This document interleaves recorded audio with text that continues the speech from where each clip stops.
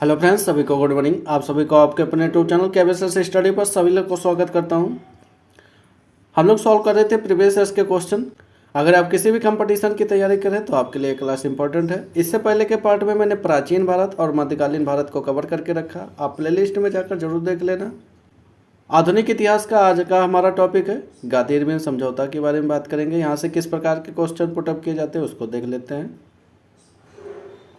आइए देखते हैं क्वेश्चन हमारा क्या करा है। ब्रिटिश प्रधानमंत्री रैमजे मैकडोनाल्ड द्वारा बनाया गया सांप्रदायिक पुरस्कार निम्नलिखित में से किसका परिणाम था, तो इसको याद रखना। ये द्वितीय गोलमेज सम्मेलन का परिणाम था, तो इसको याद रखना। इसकी व्याख्या में देख लेते हैं। इसकी व्याख्या में क्या कर रहा है। ब्रिटिश प्रधानमंत्री रैमजे मैकडोनाल्ड द्वारा बनाया गया सांप्रदायिक पुरस्कार द्वितीय गोलमेज सम्मेलन का परिणाम था, इसको याद रखना। द्वितीय गोल सम्मेलन के बाद में ये बनाया गया था। इस सम्मेलन में राजनीतियों की कुटिल चार की सांप्रदायिक समस्या उभर कर आई। इसके तहत प्रत्येक अल्पसंख्यक समुदाय के लिए एक विधानमंडलों में कुछ सीटें सुरक्षित की गई, जिसके सदस्यों का चुनाव प्रत्येक निर्वाचन मंडलों द्वारा किया जाना था।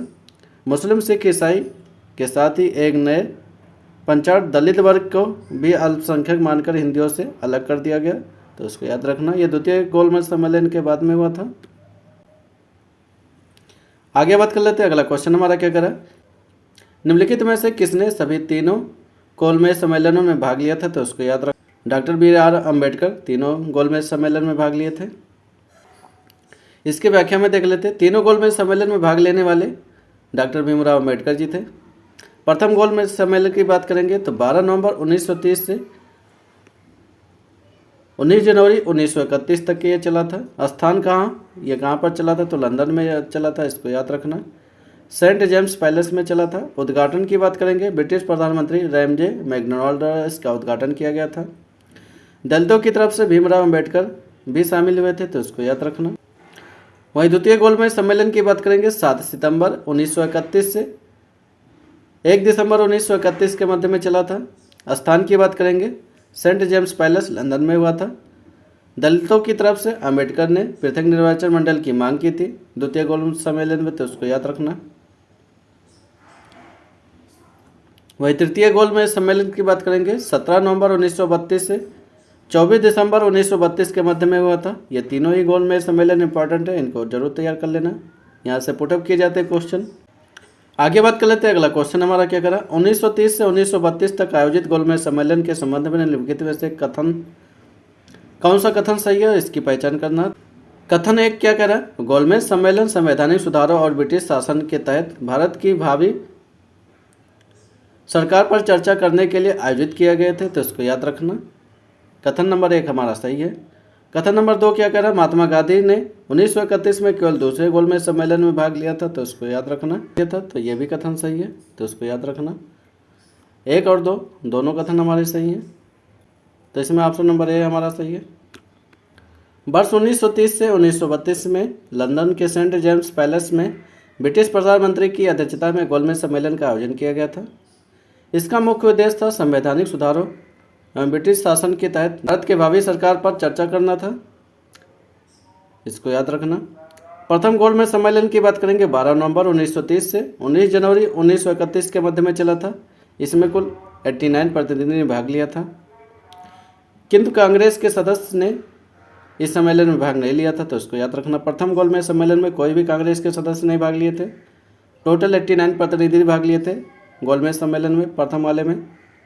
गांधी इरविन समझौता यानी पूना पैक्ट के बाद में द्वितीय गोलमेज सम्मेलन की बात करेंगे 7 सितंबर 1931 से 1 दिसंबर 1931 के मध्य में आयोजन किया जाता है, जिसमें गांधी जी भाग लेते हैं, तो इसको याद रखना। तो इसको याद रखना गांधी जी कौन से गोलमेज सम्मेलन में भाग लिए थे, तो इसको याद रखना 1931 में द्वितीय गोलमेज सम्मेलन में भाग लिए थे। आगे बात कर लेते हैं। अगला क्वेश्चन हमारा क्या करा। निम्नलिखित में से किस वर्ष प्रथम गोलमेज सम्मेलन आयोजन किया गया था, तो उसको याद रखना। 1930 में गोलमेज सम्मेलन का आयोजन किया गया था, प्रथम वाले की बात करेंगे, और द्वितीय हमारा 1931 में आयोजन किया जाता। इसके व्याख्या में देख लेते हैं।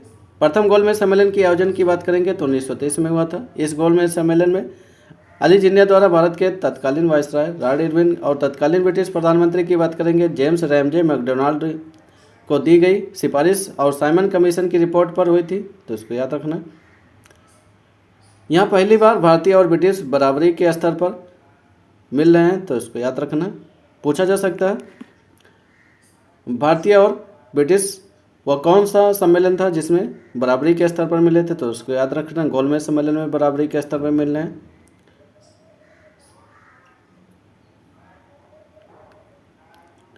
प्रथम गोलमेज सम्मेलन की बात करेंगे तो 12 नवंबर 1930 से 19 जनवरी 1931 के मध्य में यह लंदन में चलता है, तो इसको याद रखना। आगे बात कर लेते हैं। अगला क्वेश्चन हमारा क्या करा, निम्नलिखित में से कौन सी बात मार्च 1931 में हस्ताक्षरित गांधी इरविन समझौते में उल्लिखित थी, तो उसको याद रखना। कौन सी उल्लिखित थी? सविनय अवज्ञा आंदोलन वापस लिया जाएगा, यह उल्लिखित थी उसमें। मार्च 1931 को द्वितीय गोलमेज सम्मेलन के पूर्व महात्मा गांधी और उस समय के वायसराय लॉर्ड इरविन के बीच एक राजनीतिक समझौता हुआ, जिसे गांधी इरविन समझौता या दिल्ली पैक्ट भी कहते हैं, इसको याद रखना। इस समझौते में गांधी ने निम्नलिखित शर्तें स्वीकार की। सविनय अवज्ञा आंदोलन स्थगित कर दिया जाएगा। कांग्रेस द्वितीय गोलमेज सम्मेलन में भाग लेगी। कांग्रेस ब्रिटिश वस्तुओं का बहिष्कार नहीं करेगी। पुलिस द्वारा की गई बर्बरता की जांच की मांग छोड़ दी जाएगी। ये प्रमुख उसमें समझौते हुए थे गांधी इरविन के बीच में, तो इसको याद रखना।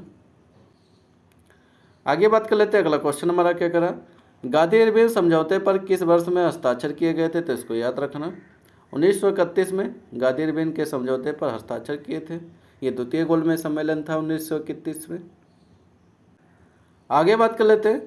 अगला क्वेश्चन हमारा क्या करा, इनमें से किस भारतीय महिला ने गांधी जी के साथ द्वितीय गोलमेज सम्मेलन में भाग लिया था, तो उसको याद रखना। किसने भाग लिया था? सरोजिनी नायडू जी ने भाग लिया था द्वितीय गोलमेज सम्मेलन में गांधी जी के साथ। इसकी व्याख्या में देखते हैं। द्वितीय गोलमेज सम्मेलन में भारतीय महिलाओं का प्रतिनिधित्व करने वाली सरोजिनी नायडू जी ने भाग लिया था, जो गांधी जी के साथ SS राजपुताना नामक जहाज से 1931 में द्वितीय गोलमेज सम्मेलन में भाग लिए इंग्लैंड पहुंची थी। 7 सितंबर 1931 से 1 दिसंबर 1931 तक चले द्वितीय गोलमेज सम्मेलन में महात्मा गांधी कांग्रेस के एक मात्र प्रतिनिधित्व के रूप में हिस्सा लिए थे। इस सम्मेलन में कुल 31 प्रतिनिधित्व हिस्सा लिए थे, तो इसको याद रखना। आगे बात कर लेते हैं। अगला क्वेश्चन हमारा क्या करा, दूसरा भारतीय गोलमेज सम्मेलन कब शुरू हुआ था, तो उसको याद रखना। सितंबर 1931 से। अगला क्वेश्चन हमारा क्या करा, लंदन में संपन्न हुए दूसरे गोलमेज सम्मेलन में कांग्रेस का प्रतिनिधित्व किसने किया था, तो उसको याद रखना। महात्मा गांधी जी ने कांग्रेस का प्रतिनिधित्व किया था। आगे बात कर लेते हैं। अगला क्वेश्चन हमारा क्या करा, लंदन में आयोजित प्रथम गोलमेज सम्मेलन के दौरान ब्रिटिश प्रधानमंत्री कौन थे, तो इनको याद रखना। रैमजे मैकडोनाल्ड ब्रिटिश प्रधानमंत्री थे। आइए इसकी व्याख्या में बात कर लेते हैं। इसकी व्याख्या में क्या करा, भारत में संवैधानिक सुधारों पर चर्चा करने के लिए तत्कालीन ब्रिटिश प्रधानमंत्री रैमजे मैकडोनाल्ड की अध्यक्षता में 12 नवंबर 1930 से 19 जनवरी 1931 ईस्वी के मध्य में गोलमेज सम्मेलन लंदन में आयोजित किया गया था। इस सम्मेलन में कुल 89 प्रतिनिधित्व भाग लिए थे। कांग्रेस ने इस सम्मेलन में हिस्सा नहीं लिया था। डॉक्टर भीमराव अम्बेडकर एकमात्र ऐसे व्यक्ति थे जिन्होंने तीनों गोलमेज सम्मेलन में भाग लिया था। दूसरे गोलमेज सम्मेलन की बात करते हैं। 7 सितंबर 1931 से 1 दिसंबर 1931 के मध्य में चला था। वहीं तृतीय गोलमेज सम्मेलन की बात करेंगे। 17 नवंबर 1932 से 24 दिसंबर 1932 तक के ये चला था। महात्मा गांधी ने कांग्रेस प्रतिनिधित्व के रूप में मात्र द्वितीय गोलमेज सम्मेलन में भाग लिए थे, तो इसको याद रखना, इम्पोर्टेंट है। आगे बात कर लेते हैं। अगला क्वेश्चन हमारा क्या करा, महात्मा गांधी ने लॉर्ड इरविन को लिखे अपने पत्र में कितने मांगे की थी, जिसमें कुछ को गांधी इरविन समझौते के रूप में स्वीकार किया गया था, तो इसको याद रखना। इन्होंने 11 मांगे की थी। देश को एकजुट करने के लिए महात्मा गांधी को नमक एक शक्तिशाली प्रतीक के रूप में प्रतीत हुआ, तो उसको याद रखना। 31 जनवरी 1930 को उन्होंने वायसराय लॉर्ड इरविन को एक मात्र पत्र लिखा। इस पत्र में उन्होंने 11 मांगों का उल्लेख किया था।